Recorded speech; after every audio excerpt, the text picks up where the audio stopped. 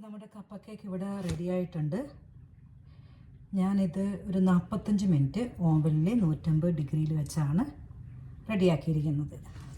ഇത് കണ്ടോ, ഇത് നമ്മൾ സ്റ്റീം ചെയ്യുമ്പോൾ, അതായത് ആവിയിൽ വേവിക്കുമ്പോഴും ഇതിൻ്റെ ഈ വശം ചിലപ്പോൾ കുറച്ച് മറ്റേ ആവിയൊക്കെ വന്ന് ഒരല്പം നനഞ്ഞ പോലെ ആയിരിക്കും ഇരിക്കുന്നത്.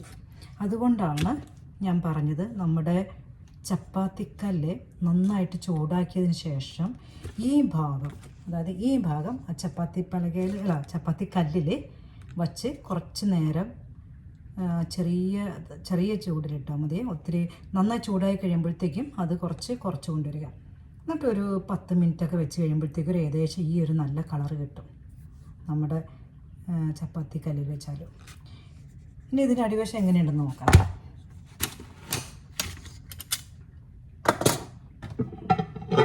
ഞാനിത് ഈ ഒരു പാത്രത്തിലേക്ക് മാറ്റുവാണ്. ഇതിനിപ്പോൾ എടുത്തതേ ഉള്ളൂ ഓവനിൽ നിന്ന്. ഈ ചൂടോടുകൂടി തന്നെ ഞാൻ ചെയ്യുന്നത്. ഇപ്പോൾ ഞാൻ എന്തുകൊണ്ടാണ് ബേക്കിംഗ് പേപ്പർ വെച്ചതെന്ന്, അതാണ് നമുക്ക് എളുപ്പമാണ് എടുത്ത് മാറ്റാനുണ്ട്. പക്ഷെ നമ്മൾ സ്റ്റീം ചെയ്യുമ്പോൾ അതിൻ്റെ ആവശ്യമില്ല. ഇപ്പോൾ ഇതിൻ്റെ കളർ കണ്ടോ, ആ കാരാമലിൻ്റെ കളറാണ് നമുക്ക് കിട്ടിയിരിക്കുന്നത്.